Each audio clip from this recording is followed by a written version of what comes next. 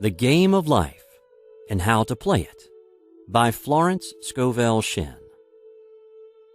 Chapter 1. The Game.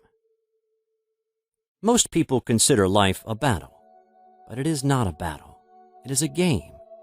It is a game, however, which cannot be played successfully without the knowledge of spiritual law, and the Old and the New Testaments give the rules of the game with wonderful clearness.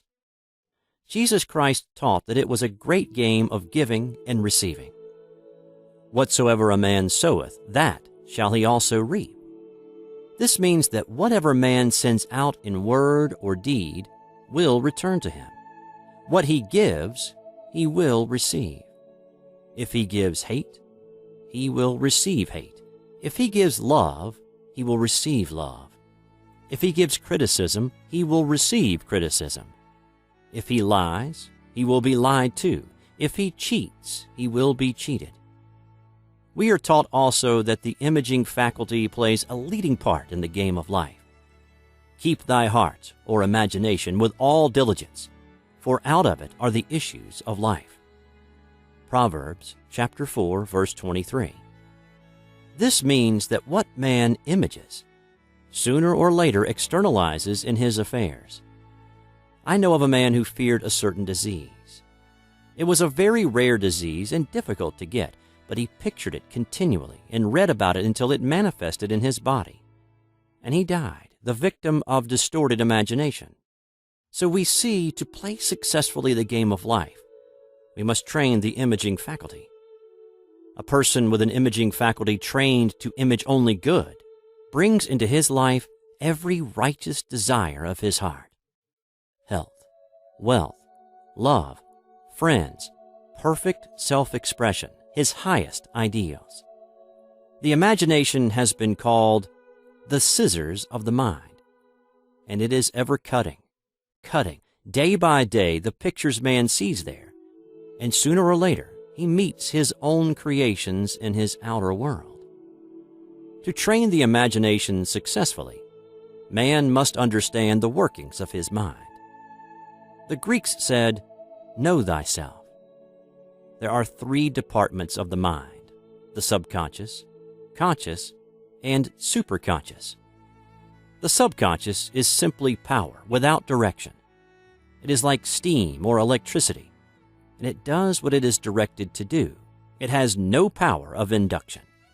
Whatever man feels deeply or images clearly is impressed upon the subconscious mind and carried out in minutest detail. For example, a woman I know, when a child, always made believe she was a widow. She dressed up in black clothes and wore a long black veil, and people thought she was very clever and amusing. She grew up and married a man with whom she was deeply in love. In a short time, he died, and she wore black and a sweeping veil for many years. The picture of herself as a widow was impressed upon the subconscious mind, and in due time worked itself out regardless of the havoc created. The conscious mind has been called mortal or carnal mind. It is the human mind and sees life as it appears to be. It sees death, disaster, sickness, poverty, and limitation of every kind, and it impresses the subconscious. The superconscious mind is the God mind within each man and is the realm of perfect ideas. In it is the perfect pattern spoken of by Plato, the divine design. For there is a divine design for each person. There is a place that you are to fill, and no one else can fill, something you are to do, which no one else can do. There is a perfect picture of this in the superconscious mind. It usually flashes across the conscious as an unattainable ideal, something too good to be true. In reality, it is man's true destiny or destination flashed to him from the infinite intelligence which is within himself. Many people, however, are in ignorance of their true destinies and are striving for things and situations which do not belong to them, and would only bring failure and dissatisfaction if attained. For example, a woman came to me and asked me to speak the word that she would marry a certain man with whom she was very much in love. She called him A.B. I replied that this would be a violation of spiritual law, but that I would speak the word for the right man, the divine selection, the man who belonged to her by divine right. I added, if A.B. is the right man, you can't lose him, and if he isn't, you will receive his equivalent. She saw A.B. frequently, but no headway was made in their friendship. One evening she called and said, "Do you know, for the last week, A.B. hasn't seemed so wonderful to me?" I replied, "Maybe he is not the divine selection. Another man may be the right one." Soon after that, she met another man who fell in love with her at once, and who said she was his ideal. In fact, he said all the things that she had always wished A.B. would say to her. She remarked, it was quite uncanny. She soon returned his love and lost all interest in A.B. This shows the law of substitution. A right idea was substituted for a wrong one. Therefore, there was no loss or sacrifice involved. Jesus Christ said, "Seek ye first the kingdom of God and his righteousness, and all these things shall be added unto you." And he said the kingdom was within man. The kingdom is the realm of right ideas, or the divine pattern. Jesus Christ taught that man's words played a leading part in the game of life. By your words ye are justified, and by your words ye are condemned. Many people have brought disaster into their lives through idle words. For example, a woman once asked me why her life was now one of poverty, of limitation. Formerly, she had a home, was surrounded by beautiful things, and had often tired of the management of her home, and had said repeatedly, "I'm sick and tired of things. I wish I lived in a trunk." And she added, "Today I am living in that trunk." She had spoken herself into a trunk. The subconscious mind has no sense of humor, and people often joke themselves into unhappy experiences. For example, a woman who had a great deal of money joked continually about getting ready for the poorhouse. In a few years, she was almost destitute, having impressed the subconscious mind with a picture of lack and limitation. Fortunately, the law works both ways, and a situation of lack may be changed to one of plenty. For example, a woman came to me one hot summer's day for a treatment for prosperity. She was worn out, dejected, and discouraged. She said she possessed just $8 in the world. I said, "Good. We'll bless the $8 and multiply them as Jesus Christ multiplied the loaves and fishes. For he taught that every man had the power to bless and to multiply, to heal and to prosper." She said, "What shall I do next?" I replied, "Follow intuition. Have you a hunch to do anything or to go anywhere? Intuition means intuition, or to be taught from within. It is man's unerring guide, and I will deal more fully with its laws in a following chapter." The woman replied, "I don't know. I seem to have a hunch to go home. I've just enough money for car fare." Her home was in a distant city and was one of lack and limitation, and the reasoning mind, or intellect, would have said, "Stay in New York and get work and make some money." I replied, "Then go home. Never violate a hunch." I spoke the following words for her: "Infinite Spirit, open the way for great abundance for..." She is an irresistible magnet for all that belongs to her by divine right. I told her to repeat it continually also. She left for home immediately. In calling on a woman one day, she linked up with an old friend of her family. Through this friend, she received thousands of dollars in a most miraculous way. She has said to me often, "Tell people about the woman who came to you with $8 and a hunch." There is always plenty on man's pathway, but it can only be brought into manifestation through desire, faith, or the spoken word. Jesus Christ brought out clearly that man must make the first move. "Ask, and it shall be given you. Seek, and ye shall find. Knock, and it shall be opened unto you. Matthew chapter 7, verse 7. In the Scriptures we read, "Concerning the works of my hands, command ye me." Infinite intelligence, God, is ever ready to carry out man's smallest or greatest demands. Every desire, uttered or unexpressed, is a demand. We are often startled by having a wish suddenly fulfilled. For example, one Easter, having seen many beautiful rose trees in the florist's windows, I wished I would receive one, and for an instant saw it mentally being carried in the door. Easter came, and with it a beautiful rose tree. I thanked my friend the following day and told her it was just what I had wanted. She replied, "I didn't send you a rose tree. I sent you lilies." The man had mixed the order and sent me a rose tree simply because I had started the law in action, and I had to have a rose tree.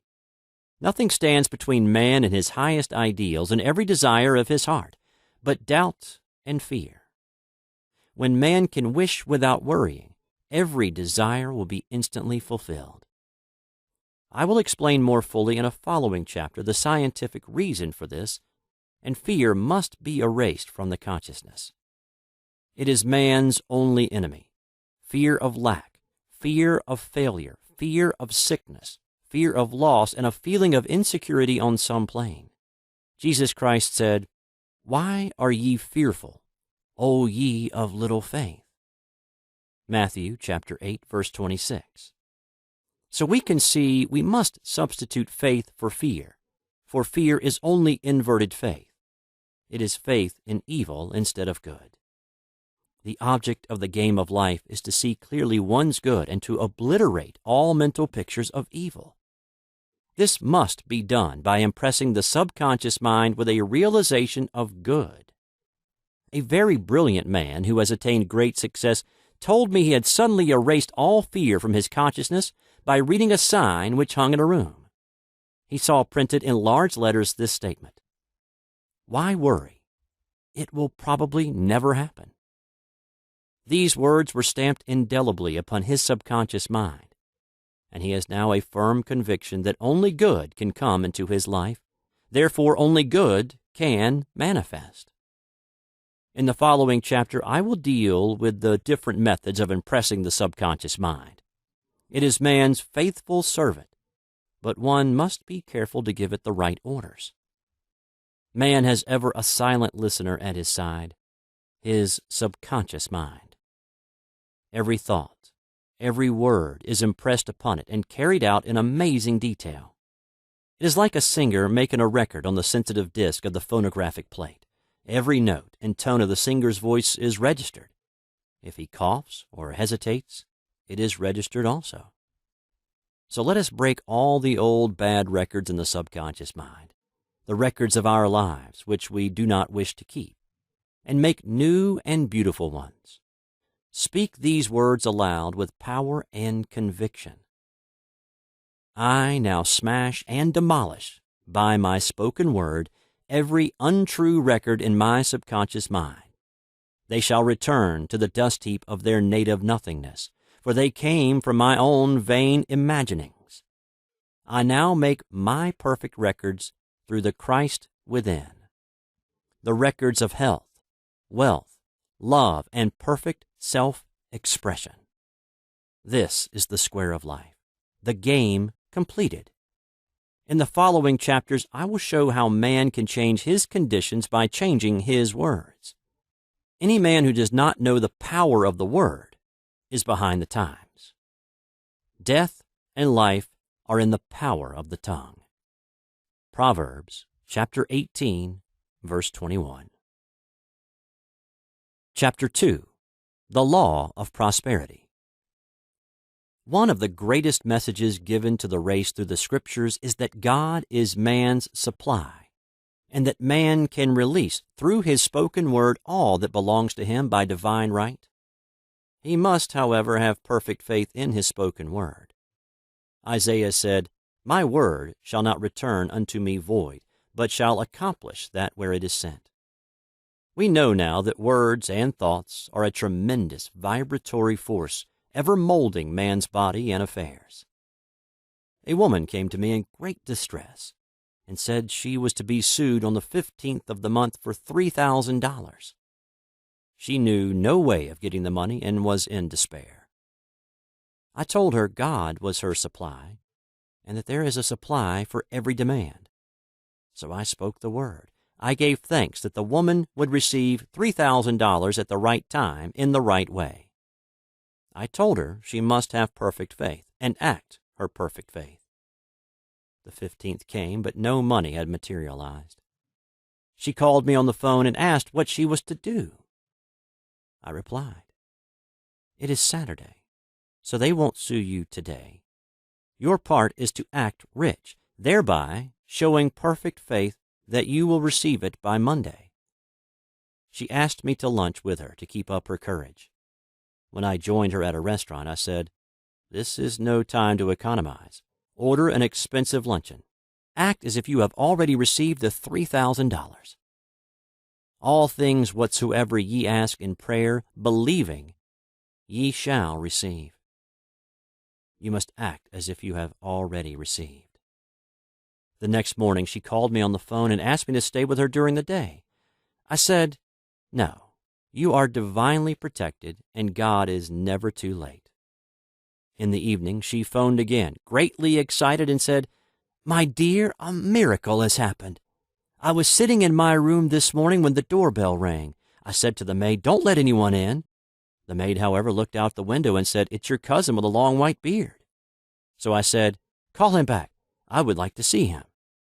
He was just turning the corner when he heard the maid's voice, and he came back. He talked for about an hour, and just as he was leaving, he said, 'Oh, by the way, how are finances?' I told him I needed the money, and he said, 'Why, my dear, I will give you $3,000 the first of the month.' I didn't like to tell him I was going to be sued.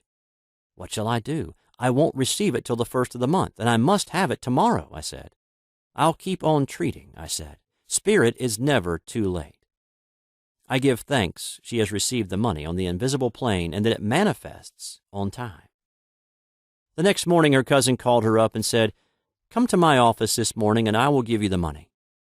That afternoon she had $3,000 to her credit in the bank and wrote checks as rapidly as her excitement would permit. If one asks for success and prepares for failure, he will get the situation he is prepared for.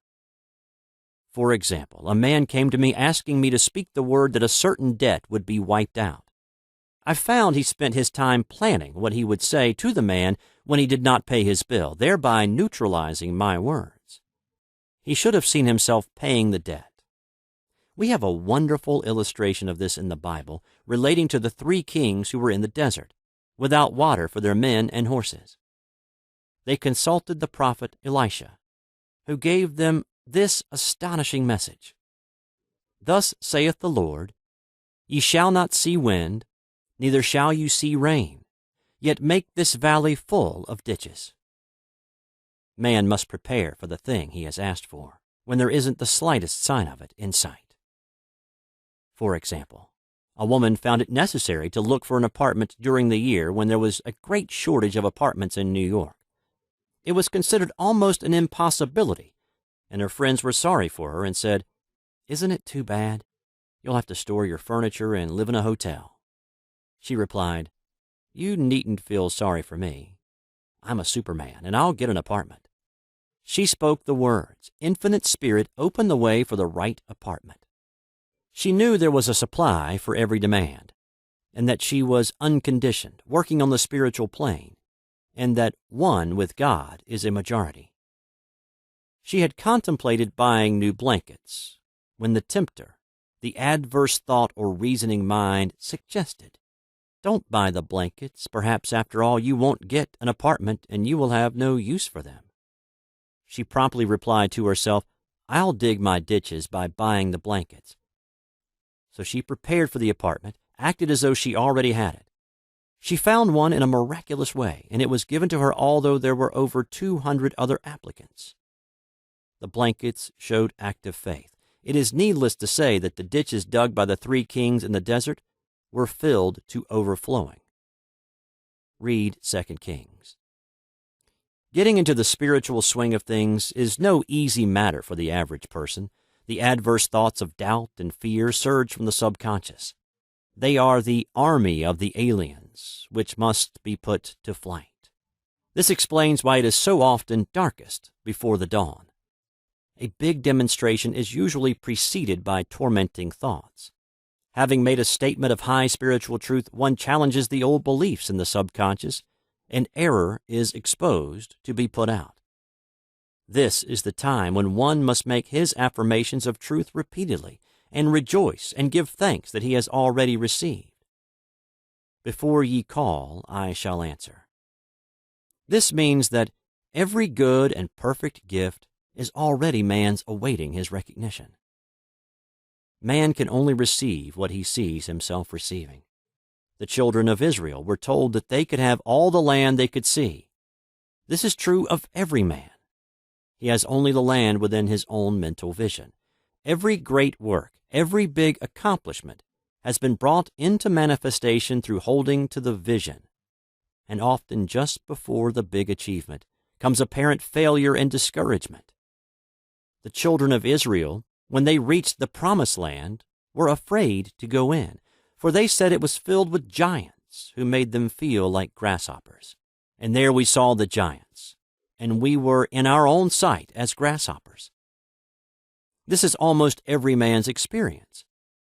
However, the one who knows spiritual law is undisturbed by appearance and rejoices while he is yet in captivity. That is, he holds to his vision and gives thanks that the end is accomplished. He has received. Jesus Christ gave a wonderful example of this. He said to his disciples, Say not ye, there are yet 4 months, and then cometh the harvest. Behold, I say unto you, lift up your eyes and look on the fields, for they are ripe already to harvest. His clear vision pierced the world of matter, and he saw clearly the 4th-dimensional world, things as they really are, perfect and complete in divine mind. So man must ever hold the vision of his journey's end and demand the manifestation of that which he has already received. It may be his perfect health, love, supply, self-expression, home, or friends. They are all finished and perfect ideas registered in divine mind, man's own superconscious mind, and must come through him, not to him. For example, a man came to me asking for treatments for success. It was imperative that he raise $50,000 for his business. The time limit was almost up when he came to me in despair. No one wanted to invest in his enterprise, and the bank had flatly refused a loan. I replied, I suppose you lost your temper while at the bank, therefore your power. You can control any situation if you first control yourself. Go back to the bank, I added, and I will treat. My treatment was, you are identified in love with the spirit of everyone connected with the bank. Let the divine idea come out of this situation. He replied, Woman, you are talking about an impossibility. Tomorrow is Saturday. The bank closes at 12, and my train won't get me there until 10, and the time limit is up tomorrow, and anyway, they won't do it. It's too late. I replied, God doesn't need any time and is never too late. With him, all things are possible. I added, I don't know anything about business, but I know all about God. He replied, It all sounds fine when I see her listening to you, but when I go out, it's terrible. He lived in a distant city, and I did not hear from him for a week. Then came a letter. It read, You were right. I raised the money and will never again doubt the truth of all that you told me. I saw him a few weeks later, and I said, What happened? You evidently had plenty of time after all. He replied, My train was late, and I got there just 15 minutes to 12. I walked into the bank quietly and said, I have come for the loan. And they gave it to me without a question. It was the last 15 minutes of the time allotted to him, and infinite Spirit was not too late. In this instance, the man could never have demonstrated alone. He needed someone to help him hold to the vision. This is what one man can do for another. Jesus Christ knew the truth of this when he said, "If two of you shall agree on earth as touching anything that they shall ask, it shall be done for them of my Father which is in heaven." One gets too close to his own affairs and becomes doubtful and fearful. The friend or healer sees clearly the success, health, or prosperity and never wavers, because he is not close to the situation. It is much easier to demonstrate for someone else than for one's self. So a person should not hesitate to ask for help if he feels himself wavering. A keen observer of life once said, "No man can fail if some one person sees him successful." Such is the power of the vision, and many a great man owed his success to a wife or sister or a friend who believed in him and held without wavering to the perfect pattern. Chapter 3. The Power of the Word. A person knowing the power of the Word becomes very careful of his conversation. He has only to watch the reaction of his words to know that they do not return void. Through his spoken word, man is continually making laws for himself. I knew a man who said, "I always miss a car. It invariably pulls out just as I arrive." His daughter said, "I always catch a car. It's sure to come just as I get there." This occurred for years. Each one had made a separate law for himself, one of failure, one of success. This is the psychology of superstitions. The horseshoe or rabbit's foot contains no power, but man's spoken word and belief that it will bring good luck creates expectancy in the subconscious mind and attracts a lucky situation. I find, however, this will not work when man has advanced spiritually and knows a higher law. One cannot turn back and must put away graven images. For example, 2 men in my class had great success in business for several months, when suddenly everything went to smash. We tried to analyze the situation, and I found, instead of making their affirmations and looking to God for success and prosperity, they had each bought a lucky monkey. I said, "Oh, I see. You have been trusting in the lucky monkeys instead of God. Put away the lucky monkeys and call on the law of forgiveness, for man has power to forgive or neutralize his mistakes."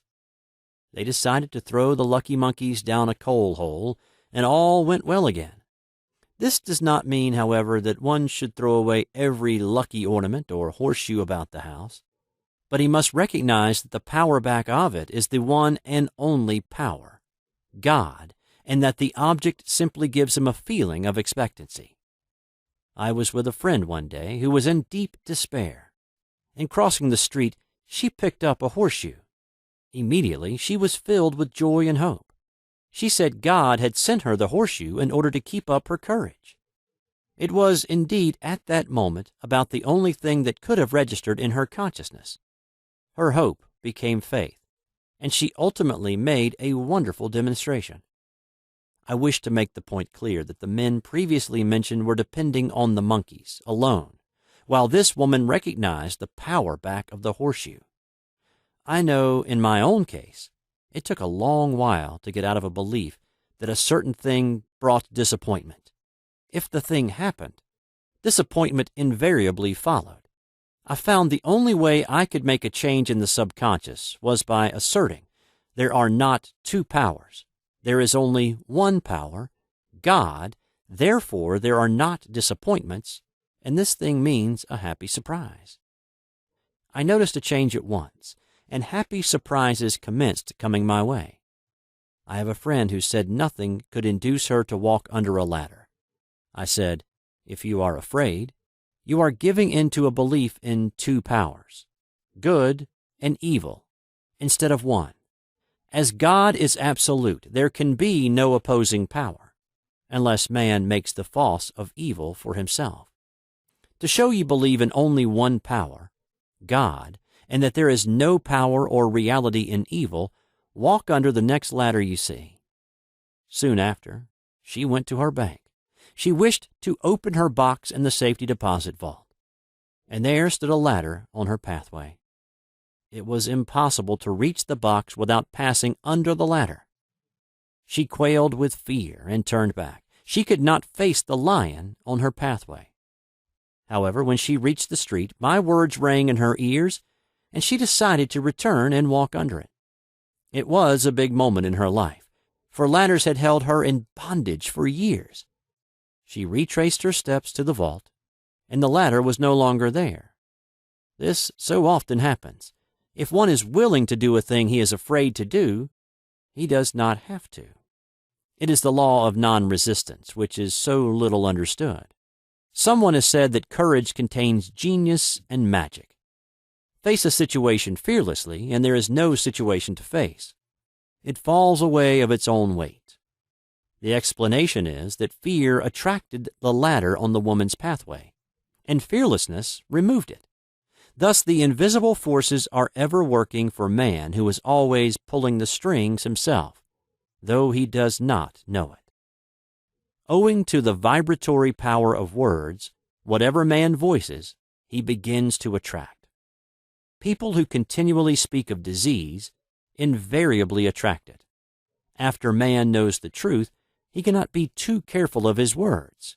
For example, I have a friend who often says on the phone, "Do come to see me and have an old-fashioned chat." This old-fashioned chat means an hour of about 500 to 1,000 destructive words, the principal topics being loss, lack, failure, and sickness. I reply, "No, I thank you. I've had enough old-fashioned chats in my life. They are too expensive.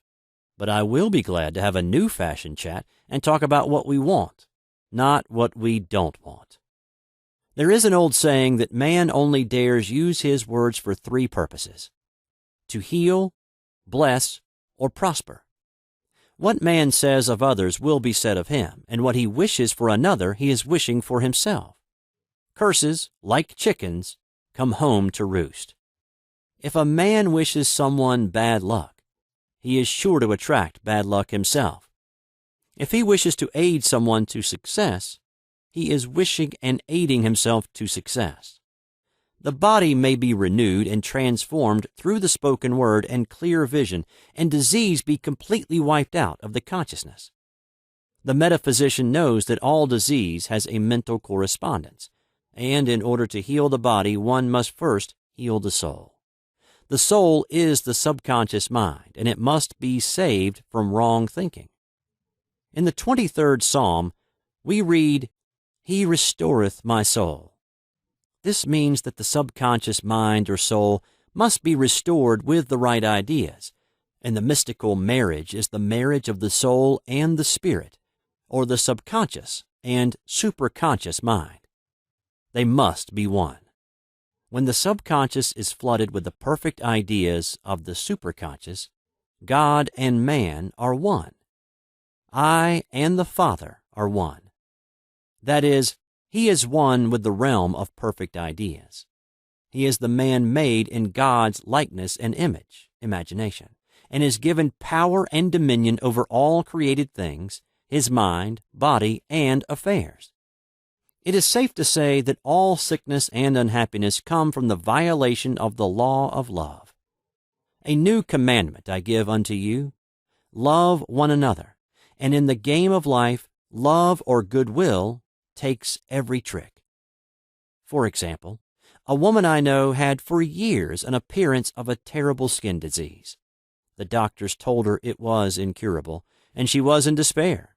She was on the stage, and she feared she would soon have to give up her profession, and she had no other means of support.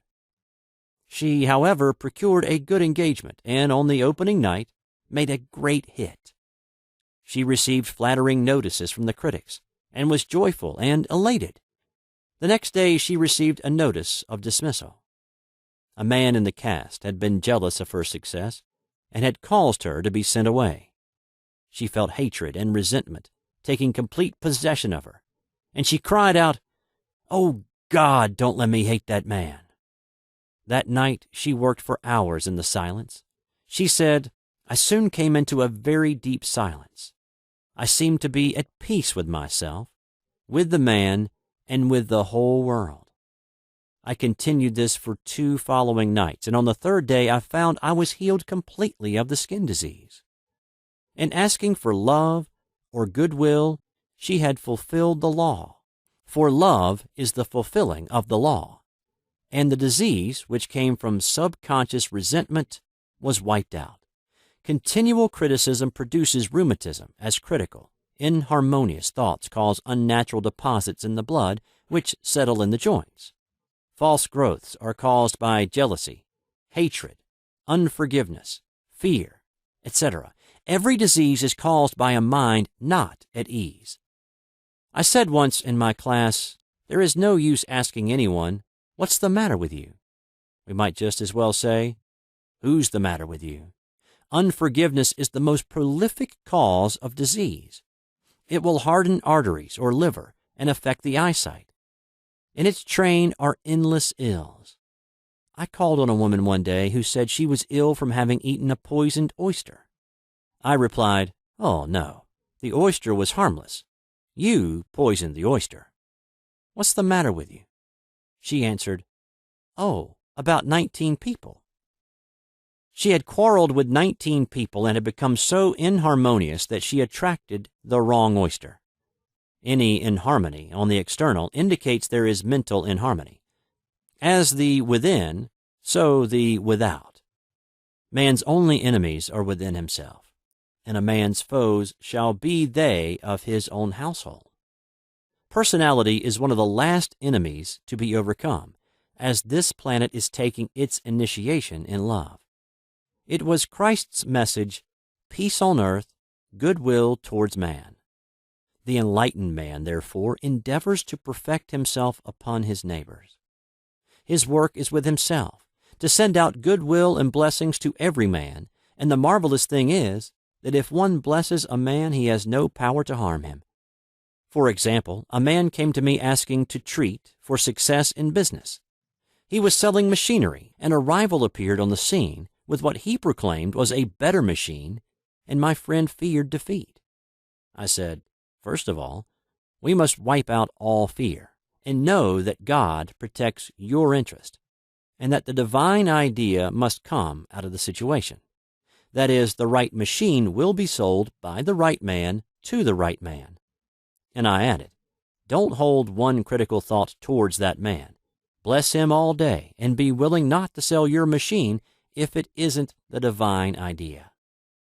So we went to the meeting, fearless and non-resistant, and blessing the other man. He said the outcome was very remarkable. The other man's machine refused to work, and he sold his without the slightest difficulty. But I say unto you, love your enemies, bless them that curse you, do good to them that hate you, and pray for them which spitefully use you and persecute you. Goodwill produces a great aura of protection about the one who sends it, and no weapon that is formed against him shall prosper. In other words, love and goodwill destroy the enemies with one's self. Therefore, one has no enemies on the external. There is peace on earth for him who sends goodwill to man. Chapter 4. The Law of Non-Resistance. Nothing on earth can resist an absolutely non-resistant person. The Chinese say that water is the most powerful element because it is perfectly non-resistant. It can wear away a rock and sweep all before it. Jesus Christ said, resist not evil. For he knew in reality there is no evil, therefore nothing to resist. Evil has come of man's vain imagination, or belief in two powers, good and evil. There is an old legend that Adam and Eve ate of Maya, the tree of illusion, and saw two powers instead of one power, God. Therefore, evil is a false law man has made for himself through psychoma or soul sleep. Soul sleep means that man's soul has been hypnotized by the race belief of sin, sickness, and death, etc., which is carnal or mortal thought, and his affairs have outpictured his illusions. We have read in a preceding chapter that man's soul is his subconscious mind, and whatever he feels deeply, good or bad, is outpictured by that faithful servant. His body and affairs show forth what he has been picturing. The sick man has pictured sickness, the poor man poverty, the rich man wealth. People often say, "Why does a little child attract illness when it is too young even to know what it means?" I answer that children are sensitive and receptive to the thoughts of others about them, and often outpicture the fears of their parents. I heard a metaphysician once say, "If you do not run your subconscious mind yourself, someone else will run it for you." Mothers often unconsciously attract illness and disaster to their children by continually holding them in thoughts of fear and watching for symptoms. For example, a friend asked a woman if her little girl had had the measles. She replied promptly, "Not yet." This implied that she was expecting the illness and therefore preparing the way for what she did not want for herself and child. However, the man who is centered and established in right thinking, the man who sends out only goodwill to his fellow man and who is without fear, cannot be touched or influenced by the negative thoughts of others. In fact, he could then receive only good thoughts, as he himself sends forth only thoughts. Resistance is hell, for it places man in a state of torment. A metaphysician once gave me a wonderful recipe for taking every trick in the game of life. It is the acme of non-resistance. He gave it in this way. At one time in my life, I baptized children, and of course, they had many names.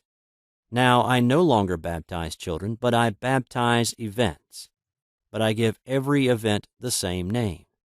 If I have a failure, I baptize it success, in the name of the Father, and of the Son, and of the Holy Ghost.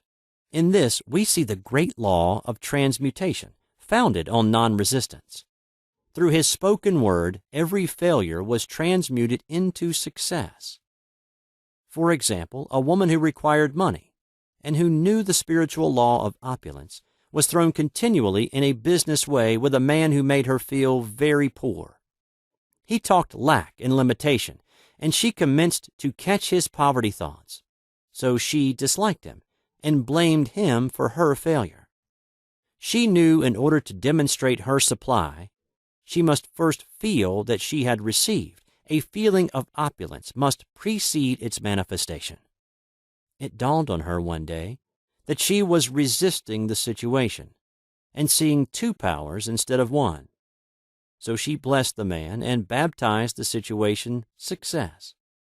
She affirmed, as there is only one power, God, this man is here for my good and my prosperity. Just what he did not seem to be there for. Soon after that, she met, through this man, a woman who gave her, for a service rendered, several $1,000s, and the man moved to a distant city and faded harmoniously from her life. Make the statement, "Every man is a golden link in the chain of my good, for all men are God in manifestation, awaiting the opportunity given by man, himself, to serve the divine plan of his life." Bless your enemy, and you rob him of his ammunition. His arrows will be transmuted into blessings. This law is true of nations as well as individuals. Bless a nation, send love and goodwill to every inhabitant, and it is robbed of its power to harm. Man can only get the right idea of non-resistance through spiritual understanding. My students have often said, "I don't want to be a doormat." I reply, when you use non-resistance with wisdom, no one will ever be able to walk over you. Another example, one day I was impatiently awaiting an important telephone call. I resisted every call that came in and made no outgoing calls myself, reasoning that it might interfere with the one I was awaiting. Instead of saying, "Divine ideas never conflict, the call will come at the right time," leaving it to infinite intelligence to arrange, I commenced to manage things myself. I made the battle mine, not God's, and remained tense and anxious. The bell did not ring for about an hour, and I glanced at the phone and found the receiver had been off that length of time, and the phone was disconnected. My anxiety, fear, and belief in interference had brought on a total eclipse of the telephone. Realizing what I had done, I commenced blessing the situation at once. I baptized it success and affirmed I cannot lose any call that belongs to me by divine right. I am under grace and not under law. A friend rushed out to the nearest telephone to notify the company to reconnect. She entered a crowded grocery, but the proprietor left his customers and attended to the call himself. My phone was connected at once, and 2 minutes later, I received a very important call, and about an hour afterward, the one I had been awaiting. One's ships come in over a calm sea. So long as man resists a situation, he will have it with him. If he runs away from it, it will run after him. For example, I repeated this to a woman one day, and she replied, "How true that is. I was unhappy at home. I disliked my mother, who was critical and domineering. So I ran away and was married. But I married my mother, for my husband was exactly like my mother, and I had the same situation to face again." Agree with thine adversary quickly. This means agree that the adverse situation is good, be undisturbed by it, and it falls away of its own weight. "None of these things move me" is a wonderful affirmation. The inharmonious situation comes from some inharmony within man himself. When there is in him no emotional response to an inharmonious situation, it fades away forever from his pathway. So we see man's work is ever with himself. People have said to me, "Give treatments to change my husband or my brother." I reply, "No, I will give treatments to change you. When you change, your husband and your brother will change." One of my students was in the habit of lying. I told her it was a failure method, and if she lied, she would be lied to. She replied, "I don't care. I can't possibly get along without lying." One day she was speaking on the phone to a man with whom she was very much in love. She turned to me and said, "I don't trust him. I know he's lying to me." I replied, "Well, you lie yourself, so someone has to lie to you, and you will be sure it will be just the person you want the truth from." Some time after that, I saw her, and she said, "I'm cured of lying." I questioned, "What cured you?" And she replied, "I have been living with a woman who lied worse than I did." One is often cured of his faults by seeing them in others. Life is a mirror, and we find only ourselves reflected in our associates. Living in the past is a failure method and a violation of spiritual law. Jesus Christ said, "Behold, now is the accepted time. Now is the day of salvation." Lot's wife looked back and was turned into a pillar of salt. The robbers of time are the past and the future. Man should bless the past and forget it if it keeps him in bondage, and bless the future, knowing it has in store for him endless joys, but live fully in the now. For example, a woman came to me complaining that she had no money with which to buy Christmas gifts. She said, "Last year was so different. I had plenty of money and gave lovely presents, and this year I have scarcely a cent." I replied, "You will never demonstrate money while you are pathetic and live in the past. Live fully in the now and get ready to give Christmas presents. Dig your ditches and the money will come." She exclaimed, "I know what to do. I will buy some tinsel twine, Christmas seals, and wrapping paper." I replied, "Do that, and the presents will come and stick themselves to the Christmas seals." This, too, was showing financial fearlessness and faith in God, as the reasoning mind said, "Keep every cent you have, as you are not sure you will get any more." She bought the seals, paper, and twine, and a few days before Christmas received a gift of several $100s.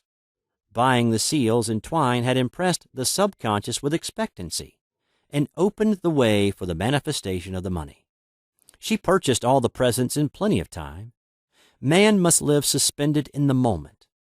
Look well, therefore, to this day. Such is the salutation of the dawn. He must be spiritually alert, ever awaiting his leads, taking advantage of every opportunity.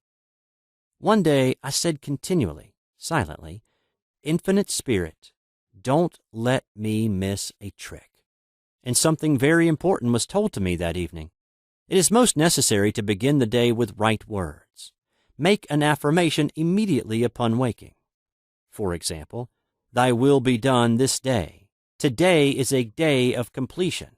I give thanks for this perfect day. Miracle shall follow miracle, and wonders shall never cease. Make this a habit, and one will see wonders and miracles come into his life. One morning I picked up a book and read, "Look with wonder at that which is before you." It seemed to be my message for the day. So I repeated again and again, "Look with wonder at that which is before you." At about noon, a large sum of money was given me, which I had been desiring for a certain purpose.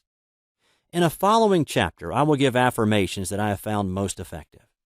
However, one should never use an affirmation unless it is absolutely satisfying and convincing to his own consciousness, and often an affirmation is changed to suit different people. For example, the following has brought success to many. I have a wonderful work in a wonderful way. I give wonderful service for wonderful pay. I gave the first 2 lines to one of my students, and she added the last 2. It made a most powerful statement, as there should always be perfect payment for perfect service, and a rhyme sinks easily into the subconscious. She went about singing it aloud and soon did receive wonderful work in a wonderful way and gave wonderful service for wonderful pay. Another student, a businessman, took it and changed the word work to business. He repeated, "I have a wonderful business in a wonderful way, and I give wonderful service for wonderful pay." That afternoon he made a $40,000 deal, though there had been no activity in his affairs for months. Every affirmation must be carefully worded and completely cover the ground. For example, I knew a woman who was in great need and made a demand for work. She received a great deal of work, but was never paid anything. She now knows to add, "Wonderful service for wonderful pay." It is man's divine right to have plenty, more than enough. His barns should be full, and his cup should flow over. This is God's idea for man, and when man breaks down the barriers of lack in his own consciousness, the golden age will be his, and every righteous desire of his heart fulfilled. Chapter 5. The Law of Karma and the Law of Forgiveness. Man receives only that which he gives. The game of life is a game of boomerangs. Man's thoughts, deeds, and words return to him sooner or later, with astounding accuracy. This is the law of karma, which is Sanskrit for come back. Whatsoever a man soweth, that shall he also reap. For example, a friend told me this story of herself illustrating the law. She said, "I make all my karma on my aunt. Whatever I say to her, someone says to me. I am often irritable at home, and one day said to my aunt, who was talking to me during dinner, 'No more talk. I wish to eat in peace.' The following day I was lunching with a woman with whom I wished to make a great impression. I was talking animatedly when she said, 'No more talk. I wish to eat in peace.' My friend is high in consciousness, so her karma returns much more quickly than to one on the mental plane. The more man knows, the more he is responsible for, and a person with a knowledge of spiritual law which he does not practice suffers greatly in consequence. The fear of the Lord, law, is the beginning of wisdom. If we read the word Lord, law, it will make many passages in the Bible much clearer. Vengeance is mine. I will repay, saith the Lord. Law. It is the law which takes vengeance, not God. God sees man perfect, created in his own image, imagination, and given power and dominion. This is the perfect idea of man, registered in divine mind, awaiting man's recognition. For man can only be what he sees himself to be, and only attain what he sees himself attaining. Nothing ever happens without an onlooker, is an ancient saying. Man sees first his failure or success, his joy or sorrow, before it swings into visibility from the scenes set in his own imagination. We have observed this in the mother picturing disease for her child, or a woman seeing success for her husband. Jesus Christ said, "And ye shall know the truth, and the truth shall make you free." So we see freedom from all unhappy conditions comes through knowledge, a knowledge of spiritual law. Obedience precedes authority, and the law obeys man when he obeys the law. The law of electricity must be obeyed before it becomes man's servant.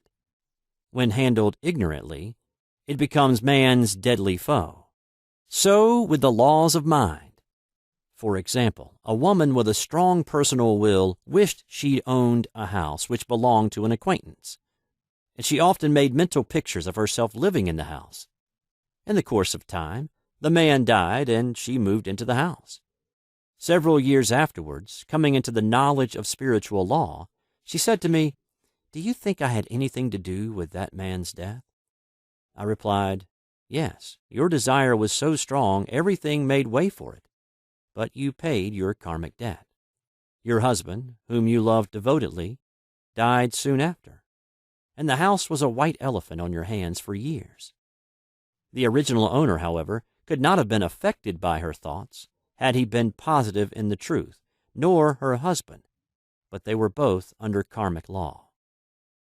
The woman should have said, feeling the great desire for the house, "Infinite intelligence, give me the right house, equally as charming as this, the house which is mine by divine right."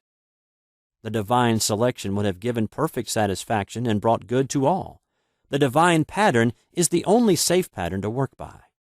Desire is a tremendous force and must be directed in the right channels, or chaos ensues. In demonstrating, the most important step is the first step, to ask aright. Man should always demand only that which is by divine right. To go back to the illustration, had the woman taken this attitude, "If this house I desire is mine, I cannot lose it. If it is not, give me its equivalent." The man might have decided to move out harmoniously had it been the divine selection for her, or another house would have been substituted. Anything forced into manifestation through personal will is always ill-got, and has ever bad success. Man is admonished, "My will be done, not thine." And the curious thing is, man always gets just what he desires when he does relinquish personal will, thereby enabling infinite intelligence to work through him. "Stand ye still and see the salvation of the Lord." Law. For example, a woman came to me in great distress. Her daughter had determined to take a very hazardous trip, and the mother was filled with fear. She said she had used every argument, had pointed out the dangers to be encountered, and forbidden her to go. But the daughter became more and more rebellious and determined. I said to the mother, "You are forcing your personal will upon your daughter, which you have no right to do, and your fear of the trip is only attracting it, for man attracts what he fears." I added, "Let go, and take your mental hands off. Put it in God's hands, and use this statement: I put this situation in the hands of infinite love and wisdom. If this trip is the divine plan, I bless it and not longer resist. But if it is not divinely planned, I give thanks that it is now dissolved and dissipated." A day or two after that, her daughter said to her, "Mother, I have given up the trip," and the situation returned to its native nothingness. It is learning to stand still, which seems so difficult for man. I have dealt more fully with this law in the chapter on non-resistance. I will give another example of sowing and reaping which came in the most curious way. A woman came to me saying she had received a counterfeit $20 bill given to her at the bank. She was much disturbed, for she said, "The people at the bank will never acknowledge their mistake." I replied, "Let us analyze the situation and find out why you attracted it." She thought a few moments and exclaimed, "I know it. I sent a friend a lot of stage money just for a joke." So the law had sent her some stage money, for it doesn't know anything about jokes. I said, Now, we will call on the law of forgiveness and neutralize the situation. Christianity is founded upon the law of forgiveness. Christ has redeemed us from the curse of the karmic law, and the Christ within each man is his Redeemer and salvation from all inharmonious conditions.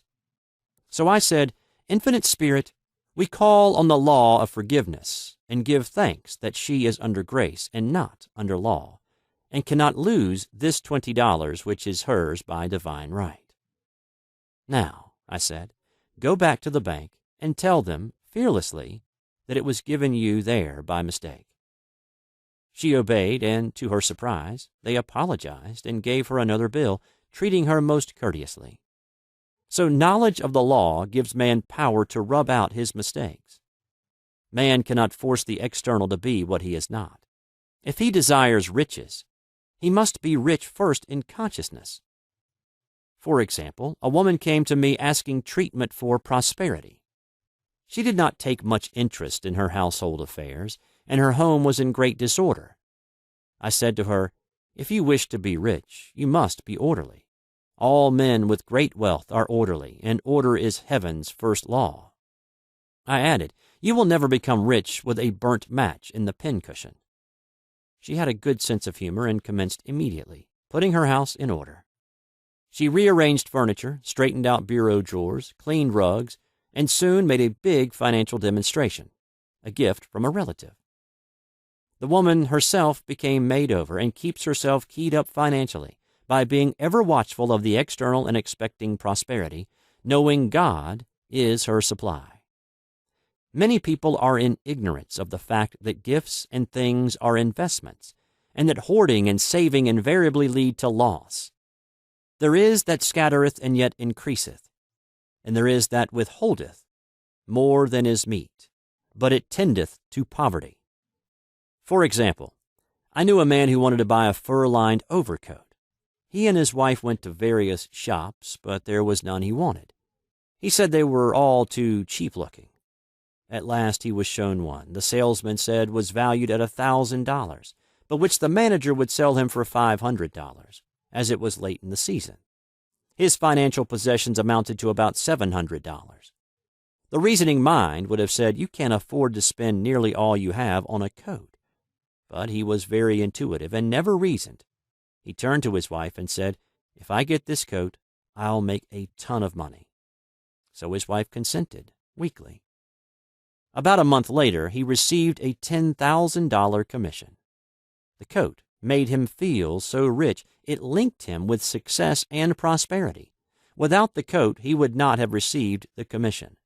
It was an investment, paying large dividends. If man ignores these leadings to spend or to give, the same amount of money will go in an uninteresting or unhappy way.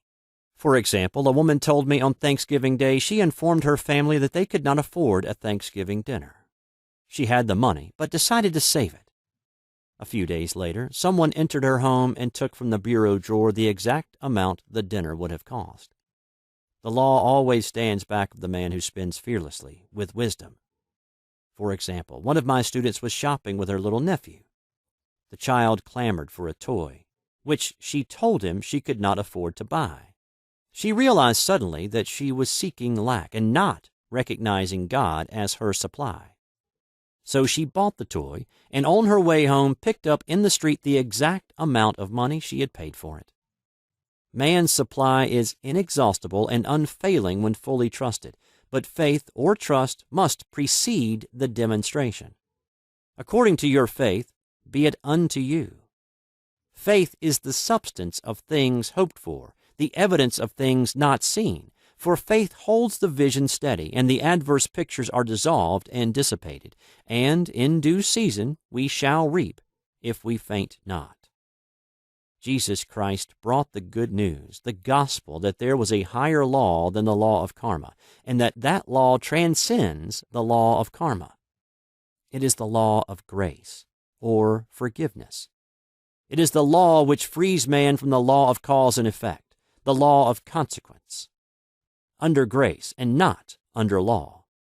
We are told that on this plane, man reaps where he has not sown. The gifts of God are simply poured out upon him. all that the kingdom affords is his. This continued state of bliss awaits the man who has overcome the race, or world thought. In the world thought there is tribulation, but Jesus Christ said, "Be of good cheer. I have overcome the world." The world thought is that of sin, sickness, and death. He saw their absolute unreality and said, "Sickness and sorrow shall pass away, and death itself, the last enemy, be overcome." We know now, from a scientific standpoint, that death could be overcome by stamping the subconscious mind with the conviction of eternal youth and eternal life. The subconscious, being simply power without direction, carries out orders without questioning. Working under the direction of the superconscious, the Christ or God within man, the resurrection of the body would be accomplished. Man would no longer throw off his body in death. It would be transformed into the body electric, sung by Walt Whitman, for Christianity is founded upon the forgiveness of sins and an empty tomb. Chapter 6. Casting the Burden, Impressing the Subconscious. When man knows his own powers and the workings of his mind, his great desire is to find an easy and quick way to impress the subconscious with good, for simply an intellectual knowledge of the truth will not bring results. In my own case, I've found the easiest way is in casting the burden. A metaphysician once explained it in this manner. He said, "The only thing which gives anything weight in nature is the law of gravitation. And if a boulder could be taken high above the planet, there would be no weight in that boulder." And that is what Jesus Christ meant when he said, "My yoke is easy and my burden is light." He had overcome the world vibration and functioned in the fourth dimensional realm, where there is only perfection, completion, life, and joy. He said, "Come to me, all ye that are labor and are heavy laden, and I will give you rest. Take my yoke upon you, for my yoke is easy and my burden is light." We are also told in the 55th Psalm to cast thy burden upon the Lord. Many passages in the Bible state that the battle is God's, not man's, and that man is always to stand still and see the salvation of the Lord. This indicates that the superconscious mind, or Christ within, is the department which fights man's battles and relieves him of burdens. We see, therefore, that man violates law if he carries a burden, and a burden is an adverse thought or condition, and this thought or condition has its root in the subconscious. It seems almost impossible to make any headway directing the subconscious from the conscious, or reasoning mind. As the reasoning mind, the intellect, is limited in its conceptions, and filled with doubts and fears. How scientific it then is to cast the burden upon the superconscious mind, or Christ within, where it is made light, or dissolved into its native nothingness. For example, a woman in urgent need of money, made light upon the Christ within, the superconscious, with the statement, "I cast this burden of lack on the Christ within, and I go free to have plenty." The belief in lack was her burden, as she cast it upon the superconscious with its belief of plenty. An avalanche of supply was the result. We read, "The Christ in you, the hope of glory." Another example, one of my students had been given a new piano, and there was no room in her studio for it until she had moved out the old one. She was in a state of perplexity. She wanted to keep the old piano, but knew of no place to send it. She became desperate, as the new piano was to be sent immediately, in fact, was on its way with no place to put it. She said it came to her to repeat, "I cast this burden on the Christ within, and I go free." A few moments later, her phone rang, and a woman friend asked if she might rent her old piano, and it was moved out, a few minutes before the new one arrived. I knew a woman whose burden was resentment. She said, "I cast this burden of resentment on the Christ within, and I go free to be loving, harmonious, and happy." The almighty superconscious flooded the subconscious with love, and her whole life was changed. For years, resentment has held her in a state of torment and imprisoned her soul, the subconscious mind. The statement should be made over and over and over, sometimes for hours at a time, silently or audibly, with quietness but determination. I have often compared it to winding up a Victrola. We must wind ourselves up with spoken words. I have noticed in casting the burden, after a little while one seems to see clearly. It is impossible to have clear vision while in the throes of carnal mind. Doubts and fear poison the mind and body, and imagination runs riot, attracting disaster and disease. In steadily repeating the affirmation, "I cast this burden on the Christ within and go free," the vision clears, and with it a feeling of relief, and sooner or later comes the manifestation of good, be it health, happiness, or supply. One of my students once asked me to explain the darkness before the dawn. I referred in a preceding chapter to the fact that often, before the big demonstration, everything seems to go wrong, and deep depression clouds the consciousness. It means that out of the subconscious are rising the doubts and fears of the ages. These old derelicts of the subconscious rise to the surface, to be put out. It is then that man should clap his cymbals, like Jehoshaphat, and give thanks that he is saved, even though he seems surrounded by the enemy, the situation of lack or disease. The student continued, "How long must one remain in the dark?" And I replied, "Until one can see in the dark.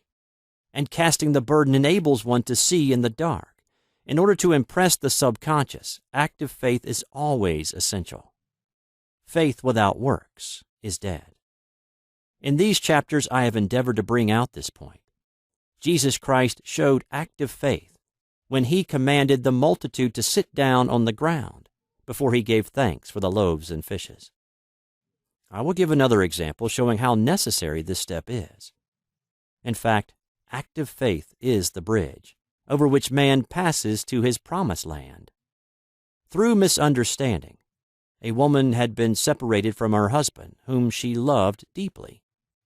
He refused all offers of reconciliation and would not communicate with her in any way. Coming into the knowledge of spiritual law, she denied the appearance of separation. She made this statement: "There is no separation in divine mind. Therefore, I cannot be separated from the love and companionship which are mine by divine right."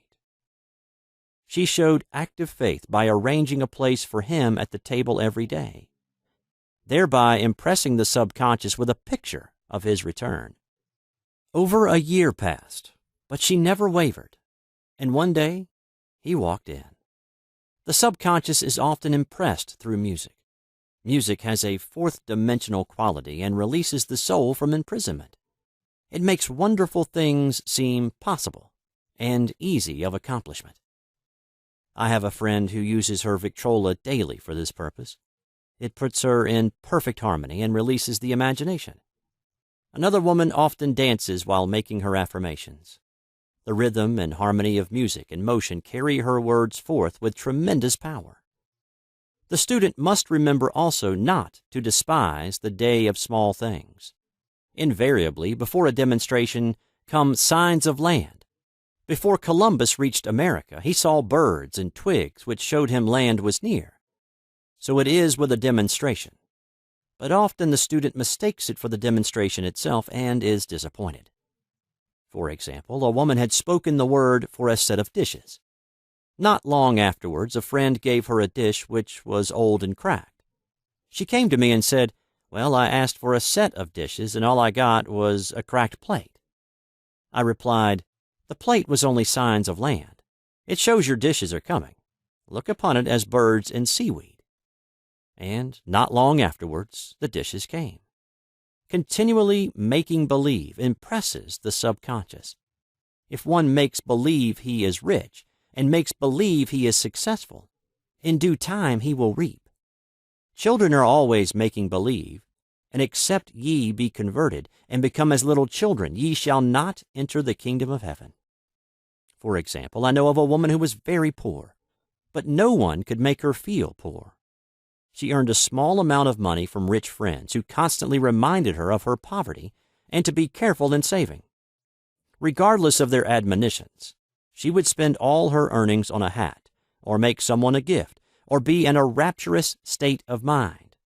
Her thoughts were always centered on beautiful clothes and rings and things, but without envying others. She lived in the world of the wondrous, and only riches seemed real to her. Before long, she married a rich man, and the rings and things became visible. I do not know whether the man was the divine selection, but opulence had to manifest in her life, and she had imaged only opulence. There is no peace or happiness for man until he has erased all fear from the subconscious. Fear is misdirected energy and must be redirected or transmuted into faith. Jesus Christ said, "Why are ye fearful, O ye of little faith? All things are possible to him that believeth." I am asked so often by my students, "How can I get rid of fear?" I reply, by walking up to the thing you are afraid of. The lion takes its fierceness from your fear. Walk up to the lion and he will disappear. Run away and he runs after you. I have shown in previous chapters how the lion of lack disappeared when the individual spent money fearlessly, showing faith that God was his supply and therefore unfailing.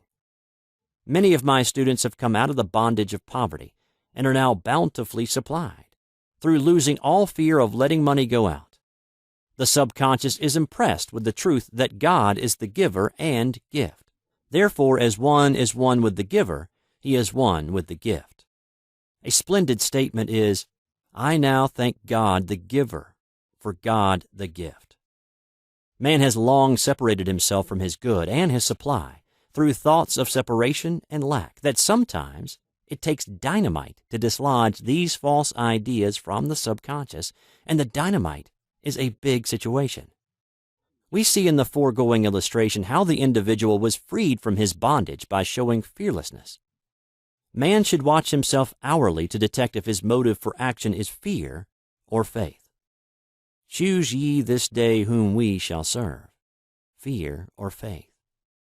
Perhaps one's fear is of personality. Then do not avoid the people feared. Be willing to meet them cheerfully, and they will either prove golden links in the chain of one's good or disappear harmoniously from one's pathway. Perhaps one's fear is of disease or germs. Then one should be fearless and undisturbed in a germ-laden situation, and he would be immune. One can only contract germs while vibrating at the same rate as the germ, and fear drags men down to the level of the germ. Of course, the disease-laden germ is the product of carnal mind, as all thought must objectify. Germs do not exist in the superconscious or divine mind, therefore are the product of man's vain imagination.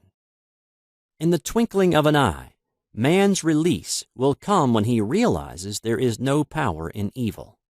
The material world will fade away, and the fourth-dimensional world, the world of the wondrous, will swing into manifestation. "And I saw a new heaven and a new earth, and there shall be no more death, neither sorrow nor crying, neither shall there be any more pain, for the former things are passed away." Chapter 7. Love. Every man on this planet is taking his initiation in love. "A new commandment I give unto you, that ye love one another." Uspensky states, in Tertium Organum, that love is a cosmic phenomenon and opens to man the fourth-dimensional world, the world of the wondrous. Real love is selfless and free from fear. It pours itself out upon the object of its affection, without demanding any return. Its joy is in the joy of giving. Love is God in manifestation and the strongest magnetic force in the universe. Pure, unselfish love draws to itself its own. It does not need to seek or demand. Scarcely anyone has the faintest conception of real love. Man is selfish, tyrannical, or fearful in his affections. thereby losing the thing he loves.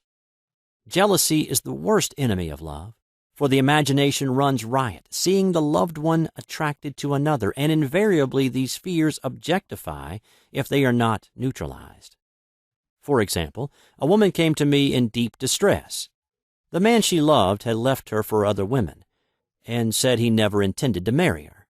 She was torn with jealousy and resentment, and said she hoped he would suffer as he had made her suffer, and added, "How could he leave me when I loved him so much?" I replied, "You are not loving that man, you are hating him," and added, "You can never receive what you have never given. Give a perfect love, and you will receive a perfect love. Perfect yourself on this man. Give him a perfect, unselfish love, demanding nothing in return. Do not criticize or condemn, and bless him wherever he is." She replied, "No, I won't bless him unless I know where he is." "Well," I said, "that is not real love. When you send out real love will return to you, either from this man or his equivalent.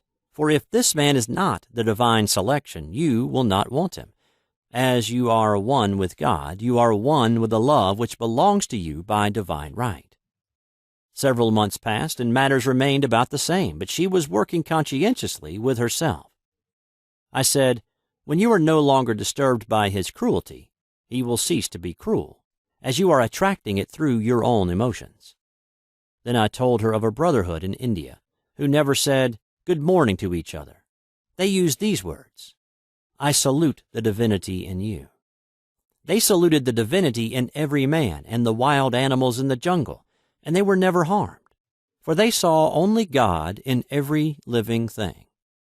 I said, "Salute the divinity in this man, and say, I see your divine self only.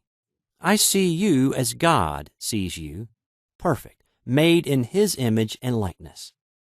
She found she was becoming more poised and gradually losing her resentment.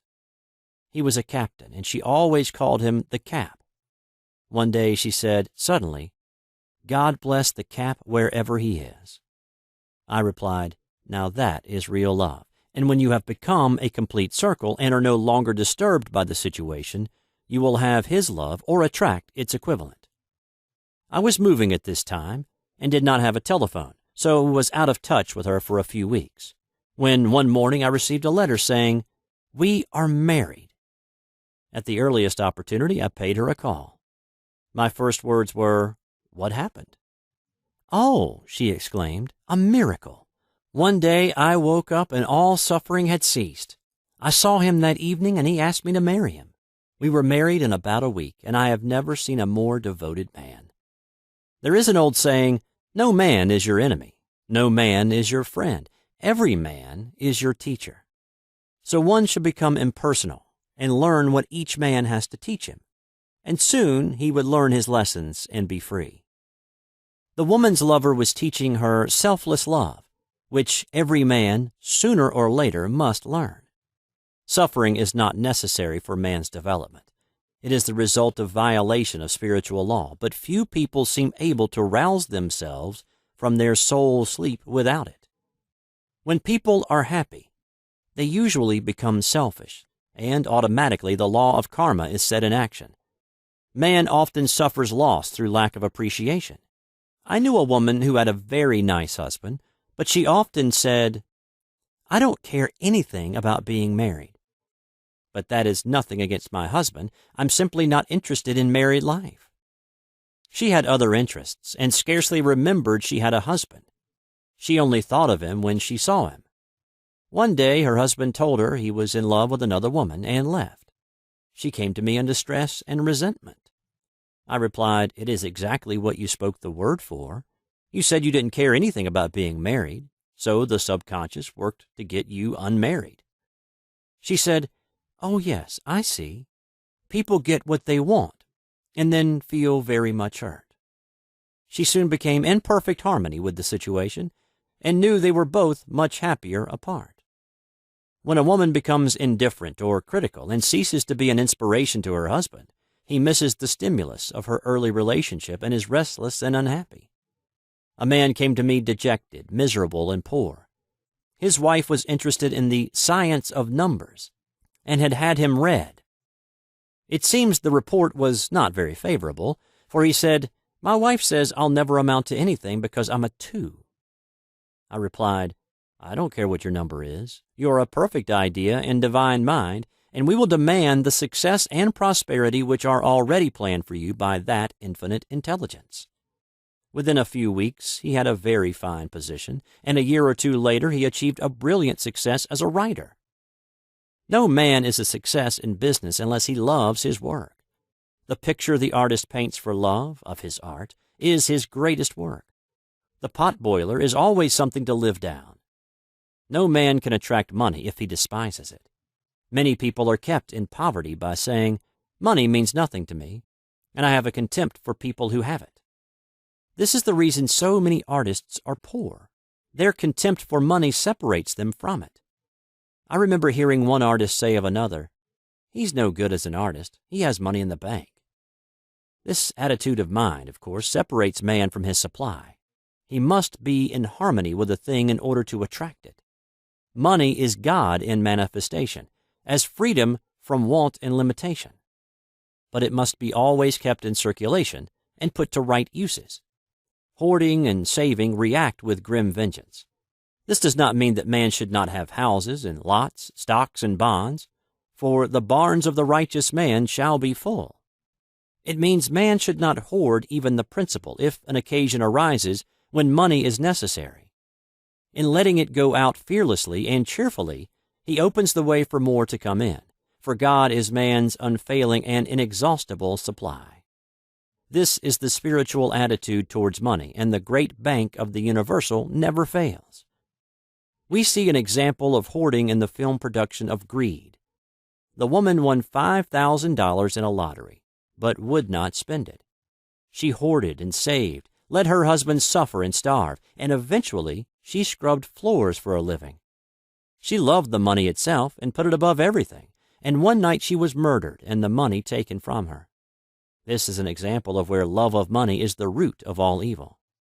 Money in itself is good and beneficial, but used for destructive purposes, hoarded and saved, or considered more important than love, brings disease and disaster, and the loss of the money itself. Follow the path of love, and all things are added, for God is love, and God is supply. Follow the path of selfishness and greed, and the supply vanishes, and man is separated from it. For example, I knew the case of a very rich woman who hoarded her income. She rarely gave anything away, but bought things for herself. She was very fond of necklaces, and a friend once asked her how many she possessed. She replied, 67. She bought them and put them away, carefully wrapped in tissue paper. Had she used the necklaces, it would have been quite legitimate, but she was violating the law of use. Her closets were filled with clothes she never wore, and jewels which never saw the light. The woman's arms were gradually becoming paralyzed from holding on to things, and eventually she was considered incapable of looking after her affairs, and her wealth was handed over to others to manage. So man, in ignorance of the law, brings about his own destruction. All disease, all unhappiness come from the violation of the law of love. Man's boomerangs of hate, resentment, and criticism come back laden with sickness and sorrow. Love seems almost a lost art, but the man with the knowledge of spiritual law knows it must be regained, for without it he has become as sounding brass and tinkling cymbals. For example, I had a student who came to me month after month to clean her consciousness of resentment. After a while, she arrived at the point where she resented only one woman, but that one woman kept her busy. Little by little, she became poised and harmonious, and one day, all resentment was wiped out. She came in radiant and exclaimed, "You can't understand how I feel." The woman said something to me, and instead of being furious, I was loving and kind, and she apologized and was perfectly lovely to me. No one can understand the marvelous lightness I feel within. Love and goodwill are invaluable in business. For example, a woman came to me complaining of her employer. She said she was cold and critical, and knew she did not want her in the position. "Well," I replied, salute the divinity in the woman, and send her love. She said, I can't. She's a marble woman. I answered, You remember the story of the sculptor who asked for a certain piece of marble?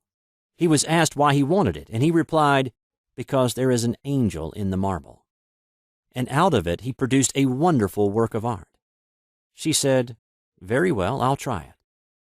A week later she came back and said, I did what you told me to, and now the woman is very kind and took me out in her car. People are sometimes filled with remorse for having done someone an unkindness, perhaps years ago. If the wrong cannot be righted, its effect can be neutralized by doing someone a kindness in the present. This one thing I do, forgetting those things which are behind and reaching forth unto things where are before. Sorrow, regret, and remorse tear down the cells of the body and poison the atmosphere of the individual. A woman said to me in deep sorrow, Treat me to be happy and joyous, for my sorrow makes me so irritable with members of my family that I keep making more karma. I was asked to treat a woman who was mourning for her daughter. I denied all belief in loss and separation and affirmed that God was the woman's joy, love, and peace. The woman gained her poise at once, but sent word by her son not to treat any longer because she was so happy it wasn't respectable. So mortal mind loves to hang on to its griefs and regrets. I knew a woman who went about bragging of her troubles, so of course she always had something to brag about. The old idea was if a woman did not worry about her children, she was not a good mother. Now, we know that mother fear is responsible for many of the diseases and accidents which come into the lives of children. For fear pictures vividly the disease or situation feared, and these pictures objectify, if not neutralized. Happy is the mother who can say sincerely that she puts her child in God's hands and knows, therefore, that he is divinely protected. For example, a woman awoke suddenly in the night, feeling her brother was in great danger. Instead of giving in to fears, she commenced making statements of truth, saying, Man is a perfect idea in divine mind, and is always in his right place. Therefore, my brother is in his right place and is divinely protected. The next day she found that her brother had been in close proximity to an explosion in a mine, but had miraculously escaped. So man is her brother's keeper, in thought, and every man should know that the thing he loves dwells in the secret place of the Most High, and abides under the shadow of the Almighty. There shall no evil befall thee, neither shall any plague come nigh thy dwelling. Perfect love casteth out fear. He that feareth is not made perfect in love. And love is the fulfilling of the law. Chapter 8. Intuition or Guidance.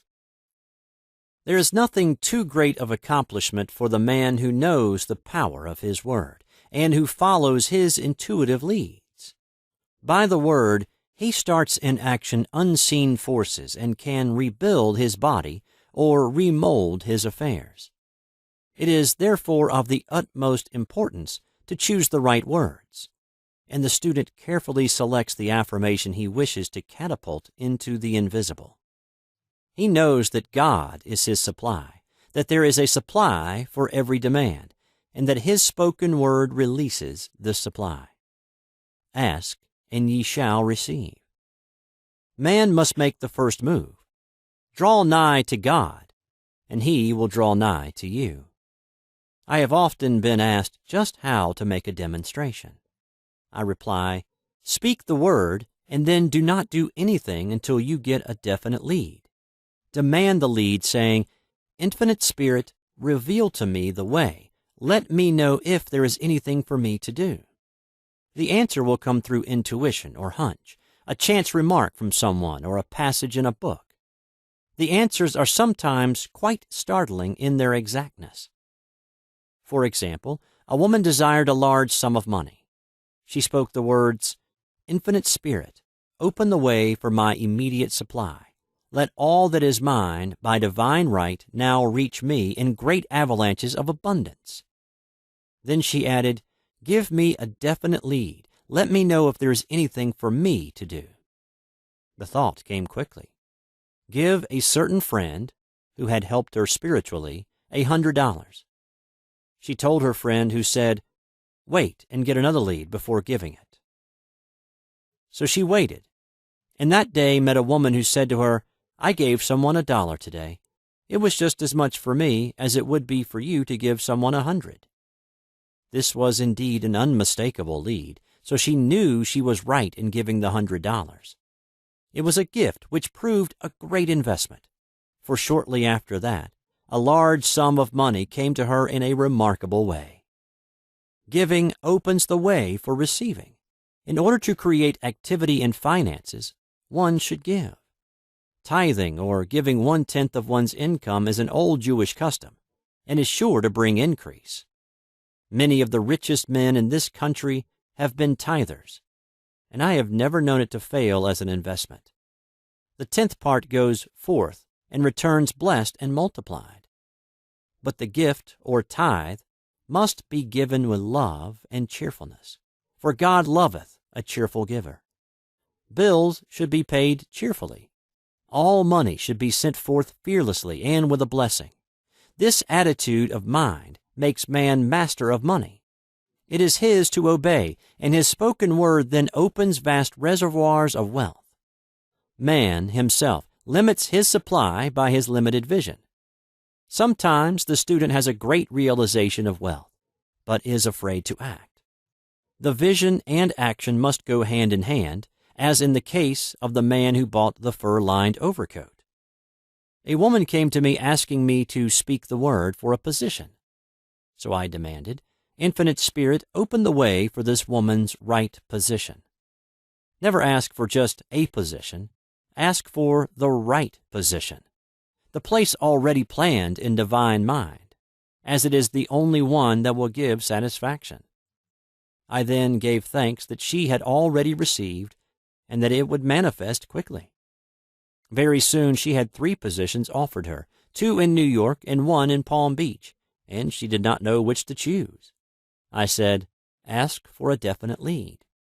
The time was almost up and was still undecided when one day she telephoned. When I woke up this morning, I could smell Palm Beach. She had been there before and knew its balmy fragrance.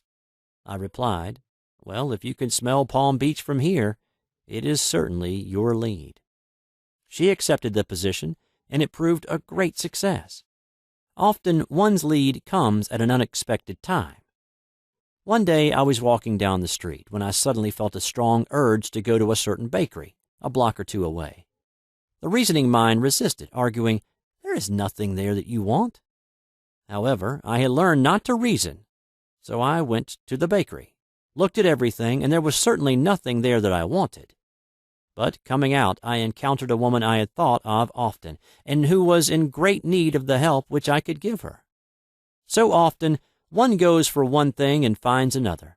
Intuition is a spiritual faculty and does not explain, but simply points the way. A person often receives a lead during a treatment. The idea that comes may seem quite irrelevant, but some of God's leadings are mysterious. In the class one day, I was treating that each individual would receive a definite lead. A woman came to me afterwards and said, "While you were treating, I got the hunch to take my furniture out of storage and get an apartment." The woman had come to be treated for health. I told her I knew in getting a home of her own, her health would improve, and I added, "I believe your trouble, which is a congestion, has come from having things stored away. Congestion of things causes congestion in the body. You have violated the law of use, and your body is paying the penalty." So I gave thanks that divine order was established in her mind, body, and affairs. People little dream of how their affairs react on the body. There is a mental correspondence for every disease. A person might receive instantaneous healing through the realization of his body being a perfect idea in divine mind, and therefore whole and perfect. But if he continues his destructive thinking, hoarding, hating, fearing, condemning, the disease will return. Jesus Christ knew that all sickness came from sin, but admonished the leper after the healing to go and sin no more, lest a worse thing come upon him. So man's soul, or subconscious mind, must be washed whiter than snow, for permanent healing, and the metaphysician is always delving deep for the correspondence. Jesus Christ said, "Condemn not, lest ye also be condemned. Judge not, lest ye be judged." Many people have attracted disease and unhappiness through condemnation of others. What man condemns in others, he attracts to himself. For example, a friend came to me in anger and distress because her husband had deserted her for another woman. She condemned the other woman and said continually she knew he was a married man and had no right to accept his attentions. I replied, "Stop condemning the woman. Bless her, and be through with the situation. Otherwise, you are attracting the same thing to yourself." She was deaf to my words, and a year or two later became deeply interested in a married man herself. Man picks up a live wire whenever he criticizes or condemns, and may expect a shock. Indecision is a stumbling block in many a pathway. In order to overcome it, make the statement repeatedly.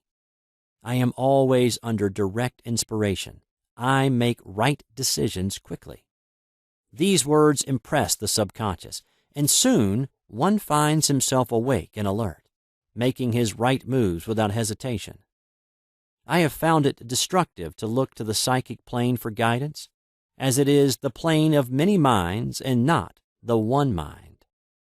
As man opens his mind to subjectivity, he becomes a target for destructive forces.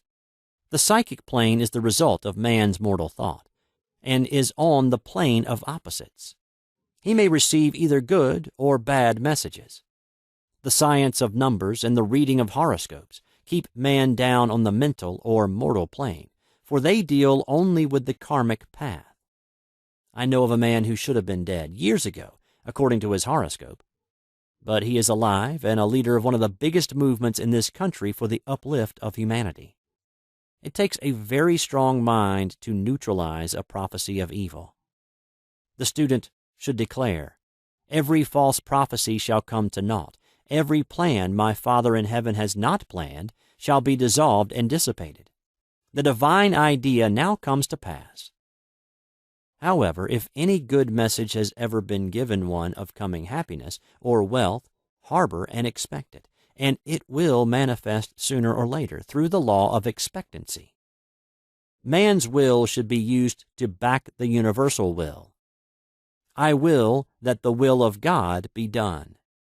It is God's will to give every man every righteous desire of his heart, and man's will should be used to hold the perfect vision without wavering. The prodigal son said, "I will arise and go to my father." It is indeed often an effort of the will to leave the husks and swine of mortal thinking. It is so much easier for the average person to have fear than faith. So faith is an effort of the will. As man becomes spiritually awakened, he recognizes that any external inharmony is the correspondence of mental inharmony. If he stumbles or falls, he may know he is stumbling or falling in consciousness. One day, a student was walking along the street condemning someone in her thoughts. She was saying mentally, "That woman is the most disagreeable woman on earth," when suddenly 3 Boy Scouts rushed around the corner and almost knocked her over. She did not condemn the Boy Scouts, but immediately called on the law of forgiveness and saluted the divinity in the woman. Wisdom's way are ways of pleasantness, and all her paths are peace.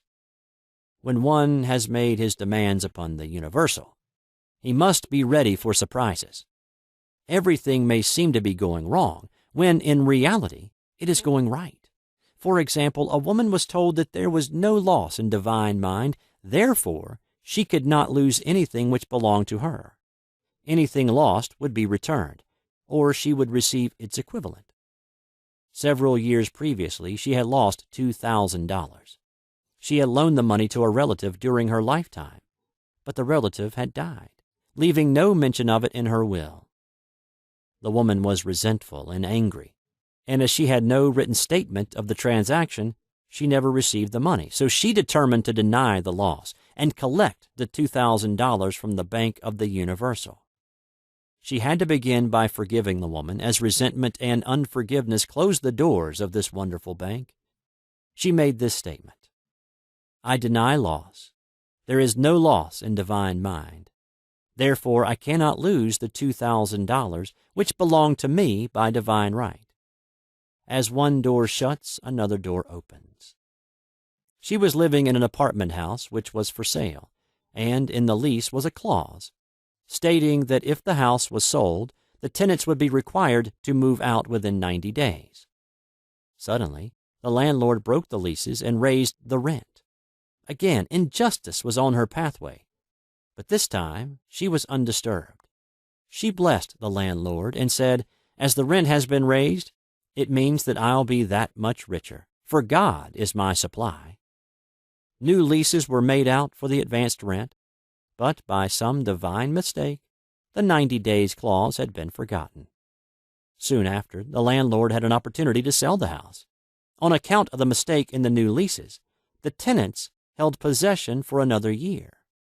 The agent offered each tenant $200 if he would vacate. Several families moved. 3 remained, including the woman. A month or 2 passed, and the agent again appeared. This time he said to the woman, "Will you break your lease for the sum of $1,500? It flashed upon her. Here comes the $2,000. She remembered having said to friends in the house, "We will all act together if anything more is said about leaving." So her lead was to consult her friends. These friends said, "Well, if they have offered you $1,500, they will certainly give $2,000. So she received a check for $2,000 for giving up the apartment. It was certainly a remarkable working of the law, and the apparent injustice was merely opening the way for her demonstration. It proved that there is no loss, and when man takes his spiritual stand, he collects all that is his from this great reservoir of good. "I will restore to you the years the locusts have eaten." These adverse thoughts alone rob man, for no man gives to himself but himself, and no man takes away from himself but himself. Man is here to prove God and to bear witness to the truth, and he can only prove God by bringing plenty out of lack, and justice out of justice. "Prove me now herewith, saith the Lord of hosts, if I will not open you the windows of heaven and pour out a blessing, that there shall not be room enough to receive it."